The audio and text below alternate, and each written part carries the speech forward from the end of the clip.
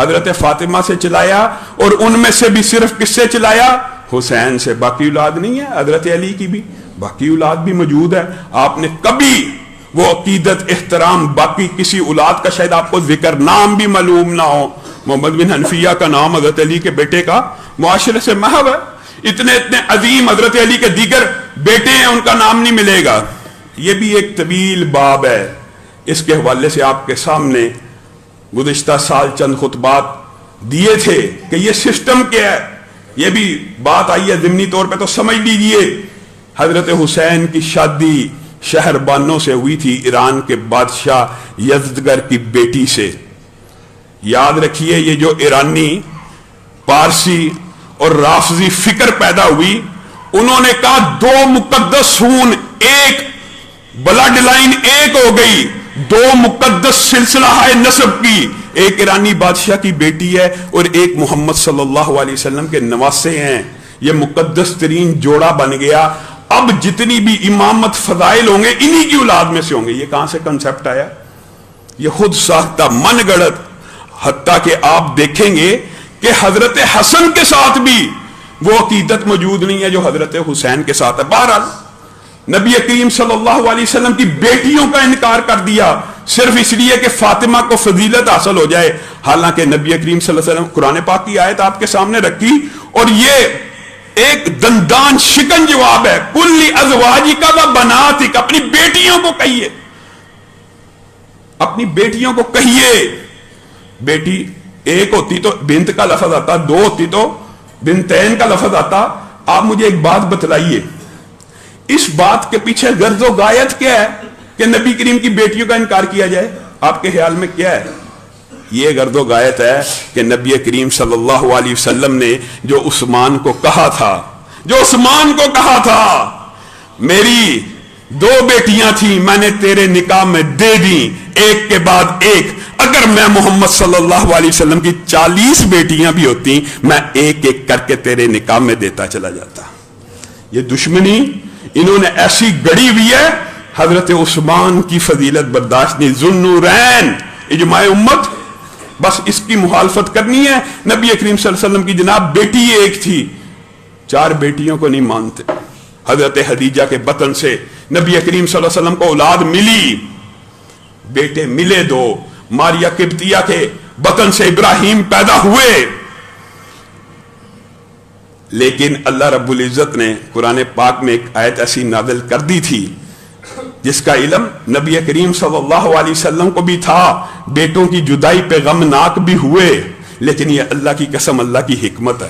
ما کان محمد ابا احد من رجالکم, یہ آیت بذات خود اس بات کی دلالت کرتی ہے محمد صلی اللہ علیہ وسلم آپ کسی بالغ مرد کے باپ نہیں بنیں گے. یعنی جو بیٹا بھی ہوگا بلوغت سے قبل فوت ہو جائے گا.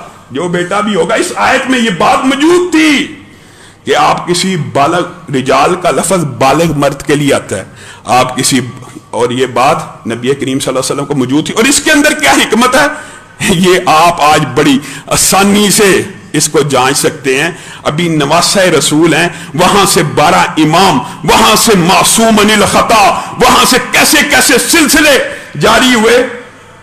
اور اگر نبی کریم صلی اللہ علیہ وسلم کے بیٹے ہوتے معاذ اللہ, ان کو تو خدا, نواسوں کو خدا بنا لیا گیا, نواسوں کو امام ایسا بنایا گیا جن کا رتبہ نبیوں سے, دیگر سارے انبیاء سے. ہمارے جو رافضی عقیدے کے لوگ ہیں نا, ان میں سے اکثریت کی بات کرتا ہوں, بعض کا عقیدہ درست ہوتا ہے, مخاطب وہ نہیں ہوتے جن کا عقیدہ فاسد اور باطل ہے. وہ پتہ کیا کہتے ہیں, یہ جو سلسلہ امامی ہے, یہ جو حضرت حسین کا سلسلہ ہے, اس سلسلہ نسب کے اندر جتنے لوگ ہیں یہ محمد صلی اللہ علیہ وسلم کے علاوہ سابق تمام انبیاء سے معاذ اللہ افضل ہیں.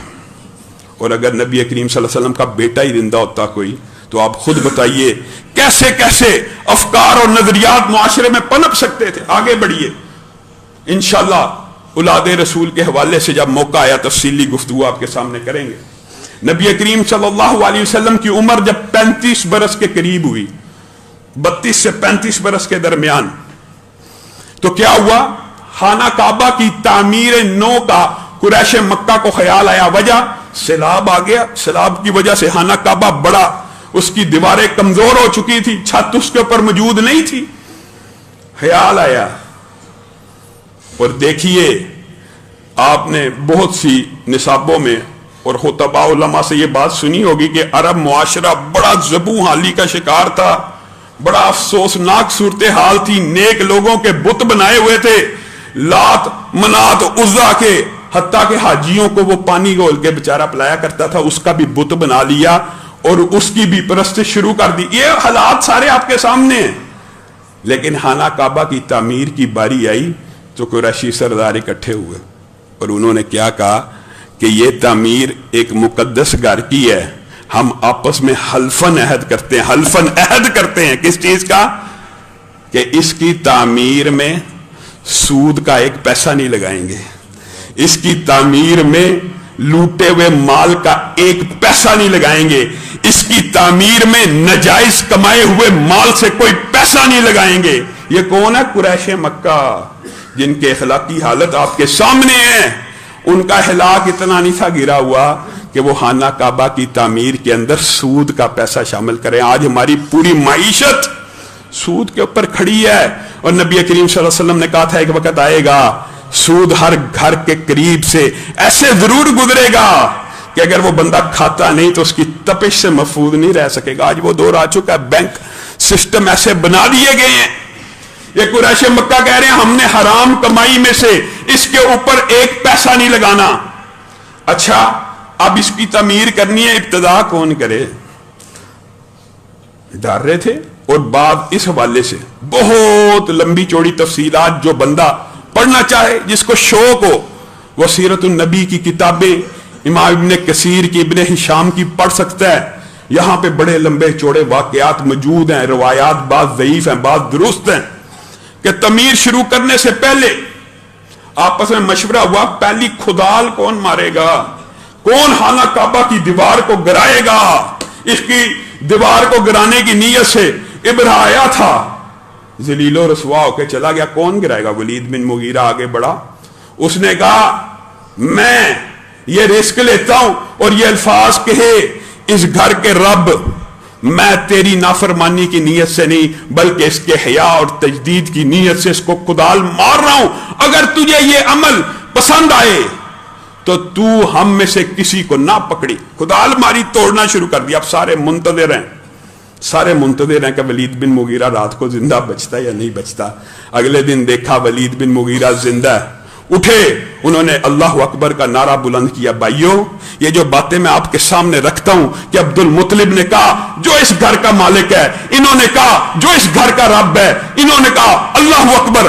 یہ باتیں آپ کے سامنے کسی خاص مقصد کی وجہ سے رکھی جا رہی ہیں کہ کہیں آپ کو یہ اشکال پیدا نہ ہو کہ قریش مکہ رب کو پہچانتے ہی نہیں تھے. نبی کریم صلی اللہ علیہ وسلم کے والد کا نام کیا تھا؟ عبداللہ. اللہ کو پہچانتے نہیں تھے؟ پہچانتے تھے. اللہ کا تعارف موجود تھا، اللہ کی صفات باز کے قائل تھے، اللہ کے گھر کو حرام پیسے سے نہیں تھے بنانا چاہتے. ہاں جو بیماری تھی وہ آپ کو پتہ ہے، وہ آپ کے علم میں ہونی چاہیے کہ اللہ کے علاوہ مانگنے کے لیے اور اولیاء اللہ کے بت بھی بنائے ہوئے تھے. یہ ڈفرنس ہے. انشاءاللہ اس حوالے سے بھی آپ کے سامنے کئی مرتبہ توحید کا باب رکھ چکا ہوں، لیکن انشاءاللہ اس حوالے سے آپ کے سامنے تفصیلی گزارشات کو ایک مرتبہ پھر رکھوں گا. یہ کہہ رہے ہیں کھدال مارے ہیں، اور یہاں پہ مورخین نے بہت لمبی چوڑی یہ تفصیل بھی بیان کی ہے کہ یہ بیت اللہ کی پہلی تعمیر کب ہوئی، بیت اللہ کہاں پہ بنا. تو اس حوالے سے جو بہت لمبی چوڑی اور موضوع من گڑت روایات ہیں ان کو چھوڑ کر جو حسن درجے کی بعض روایات ہیں اور جن کے صحیح ہونے کا امکان ہے وہ آپ کے سامنے رکھ کے اپنی بات کو آگے بڑھاؤں گا. سب سے پہلا گھر جو کائنات کے اندر بنا وہ بیت المعمور ہے، جو آسمانوں کے اوپر تعمیر ہوا، جس کے ارد گرد فرشتے طواف کرتے ہیں. 70,000 سے زائد فرشتے ایک وقت میں طواف کرتے ہیں. اس کی لمبائی چوڑائی واللہ عالم کتنی ہوگی، لیکن ایک مرتبہ جو فرشتہ طواف کر لیتا ہے پھر قیامت تک اس کی باری نہیں آتی. یہ اللہ رب العزت کے لشکر ہیں، یہ اللہ رب العزت کے جنود ہیں، یہ اللہ رب العزت کی پیدا کردہ مخلوق ہے جس کی تعداد کا میں اور آپ اندازہ نہیں کر سکتے. ہم اس دنیا کے اوپر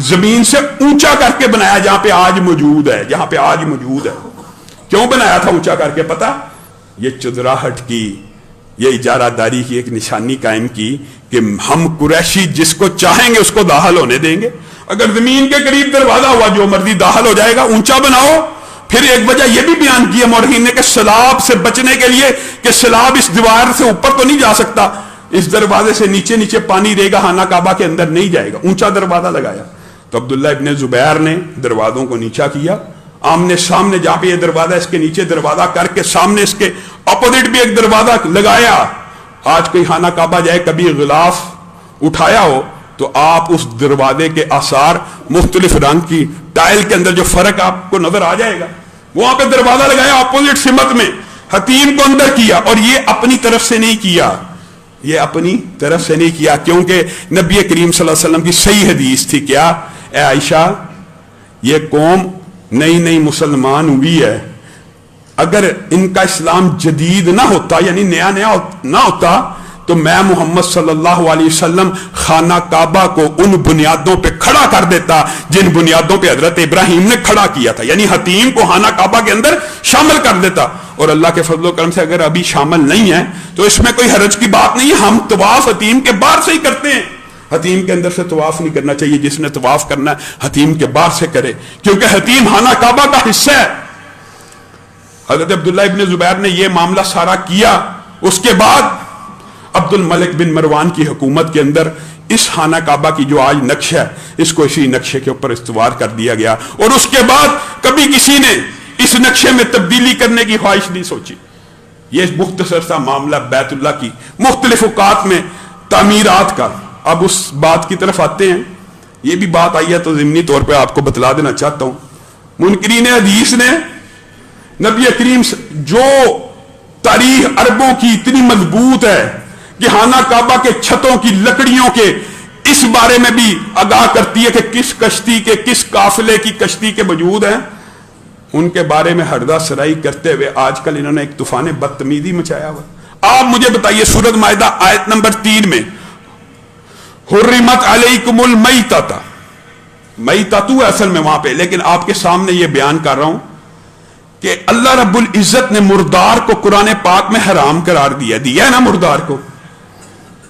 نبی کریم صلی اللہ علیہ وسلم نے ان مرداروں میں سے 2 کی اجازت دے دی۔ کون سے 2؟ علم ہے نا، مچھلی کی، مچھلی کو پانی سے نکالو مر جائے گی، مردار ہے، مردار تو حرام ہے۔ اور منکرین حدیث ذرا اپنی عقل کے اوپر ماتم کریں، قرآن پاک کی تشریح، توضیح، بیان کون کرے گا؟ نبی کریم صلی اللہ علیہ وسلم کریں گے۔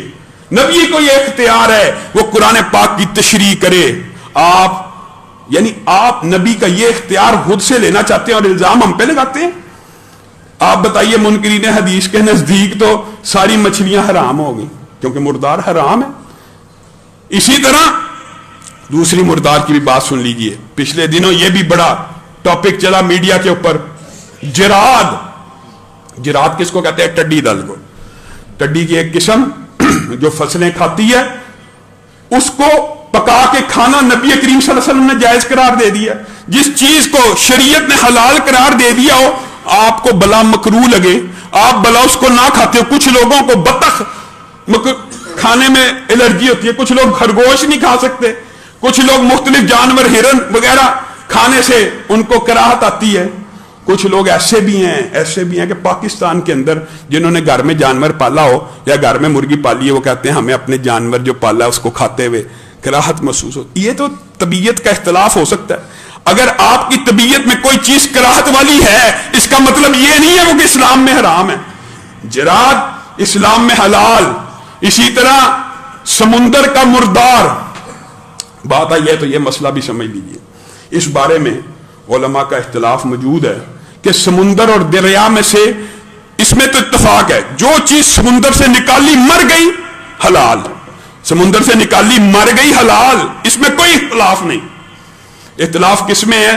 سمندر سے نکالی تو زندہ رہی، بعض لوگوں کے نزدیک وہ حلال ہے، لیکن ہمارا رجحان اس طرف ہے کہ جو چیز سمندر اور پانی سے نکل کے زندہ رہے، اس کے اوپر پھر احکامات خشکی کے لگائے جاتے ہیں۔ پھر احکامات خشکی کے ہوں گے. مثلا مگرمچھ ہے, اس کو پانی سے نکالا جائے مر جاتا ہے؟ نہیں مرتا. اب حکم کیا دریا کا لگے گا؟ جن کے نزدیک دریا کا لگتا ہے ان کے نزدیک حلال ہے کہ پانی کا جانور ہے, پانی سے نکلا حلال ہے. ایسی بات نہیں ہے. حقیقت یہ ہے جو پانی سے نکل کے نہ مرے, یعنی مردار نہ ہو, پانی کا مردار حلال ہے.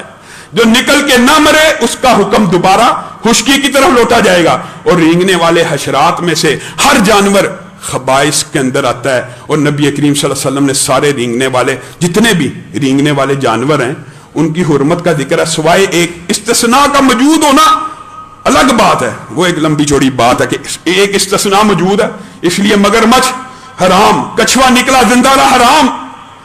جو لوگ سمندر کے جانوروں کی مطلق حلت کے قائل ہیں ان کے نزدیک حلال ہے. یہ علماء میں جزوی سا اختلاف موجود. آگے آئیے, اگر بات آئی ہے اس بات کو کھولیے کہ آپ نے حلال اور حرام جانوروں کی تمیز کیسے کرنی ہے, حدیث نے بتانی ہے, حدیث سے سمجھ آئے گی. ورنہ تو معاذ اللہ اگر منکرین حدیث کے عقیدے پہ چلے جاؤ.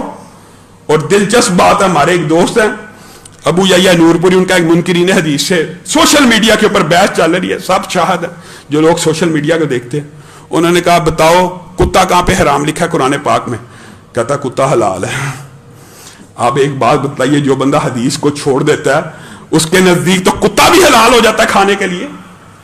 نبی کریم صلی اللہ علیہ وسلم کی صحیح حدیث ہے, یاد رکھیے, کلیہ ہر وہ جانور, کلو ذی ناب من السباع, ہر وہ بری اور خشکی کا جانور جس کے دو نکیلے دانت ہوں, جن کو کینائنز بھی کہتے ہیں اور جن جانوروں کو انگلش میں کارنیورس کہتے ہیں, جن کے یہ دو نکیلے دانت ہوں, ہر وہ جانور حرام ہے. خشکی کا ہر وہ جانور حرام ہے. کتنا آسان کلیہ ہے. اس کلیے سے ایک بات مفہوم مخالف کی کیا سمجھ آتی ہے کہ ہر وہ جانور جس کے دانت سیدھے ہیں وہ حلال ہے. اشکال پیدا ہو سکتا تھا نا, لیکن اللہ کی قسم شریعت ایسی مکمل کامل ہے. منکرین حدیث کہاں پہ سر چھپائیں؟ بتائیے, دانت سیدھے ہونے سے ایک اشکال ذہن میں آ سکتا تھا نا کہ گدھا, جو گھریلو گدھا ہوتا ہے, یہ بھی حلال ہے کیونکہ اس کے دانت سیدھے ہیں, اس کی نوک موجود نہیں. لیکن قربان جائیں شریعت کی کاملیت اور اکملیت کے اوپر اور دین کے مکمل ہونے پہ نبی کریم صلی اللہ علیہ وسلم نے نام لے کے کیونکہ پتا تھا کہ کل کو میری امت میری اس حدیث کو سنے گی جس کے دان نکیلیاں صرف وہ حرام سیدھے والے حلال, گدھا بھی نہ کھا جائیں. کہا لیکن یاد رکھنا گدھا گھریلو جو ہے یہ حرام ہے, نام لے کے. اور اس حدیث کو بھی بعض لوگ نہیں مانتے کیونکہ اس حدیث کے جو اگلے الفاظ تھے وہ کیا ہے کہ آج میں اپنی امت کے اوپر گھریلو گدھا اور متا کو حرام کرتا ہوں. ایک ہی حدیث کے الفاظ ہیں, اس لیے جو متا کے قائل ہیں وہ گدھے کی علت کے بھی قائل ہیں.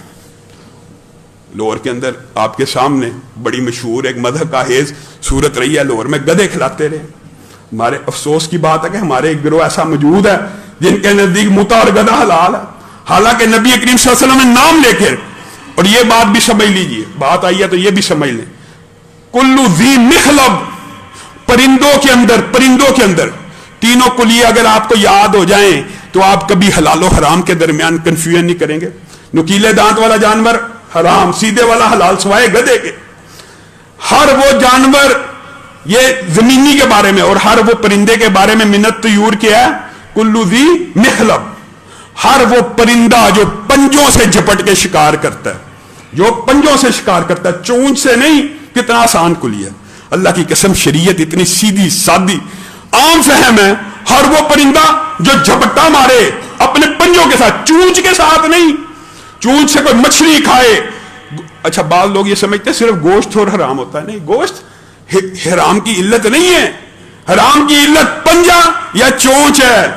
چونچ سے کھانے والا حلال ہے, چاہے وہ پنجہ استعمال کر رہا ہے. مرغی کئی مرتبہ کھانے کے اندر پنجہ استعمال کرتی ہے, لیکن کیا پنجے سے جھپٹتی ہے؟ چونچ سے کھاتی ہے. چونچ سے جو جانور پرندہ چونچ سے کھاتا ہو حلال ہے, پنجے سے جھپٹتا ہو حرام ہے. اور ایک اور بات کر کے یہ بات کو ختم کروں گا, جو جانور نبی کریم صلی اللہ علیہ وسلم نے جن کا قتل منع کیا ہو یا جن کی قتل کی اجازت دی ہو, یہ دونوں حرام ہوتے ہیں. جن کا قتل منع ہے تو ان کا عقل کیسے حلال ہو سکتا ہے؟ اور جن کو قتل کی اجازت ہے ان کا ذبح کیسے حلال ہو سکتا ہے؟ یعنی یہ کلیہ بھی یاد رکھیے کہ نبی کریم صلی اللہ علیہ وسلم نے جن کے قتل سے منع کیا، کن کے قتل سے منع کیا؟ حشرات خبیث ہیں، آپ سب کو پتا ہے، کیڑے مکوڑے، لال بیگ، مچھر، مکھی وغیرہ. لیکن ایک اشکال یہاں پہ بھی آ سکتا تھا، قربان جائیں اللہ کی قسم شریعت کے اوپر. ایک اشکال آ سکتا تھا کہ حشرات میں سے ایک کیڑا ایسا ہے جو پاک اور طیب ہے. بتائیے کون سا؟ شہد کی مکھی، چنتی پھولوں کا جوس ہے، اس سے ہم شہد کھاتے ہیں. اشکال آ سکتا تھا یہ تو پکیزہ اور طیب ہے، تو نبی کریم صلی اللہ علیہ وسلم نے نام لے کے اس کے قتل کو منع کر دیا، نام لے کے.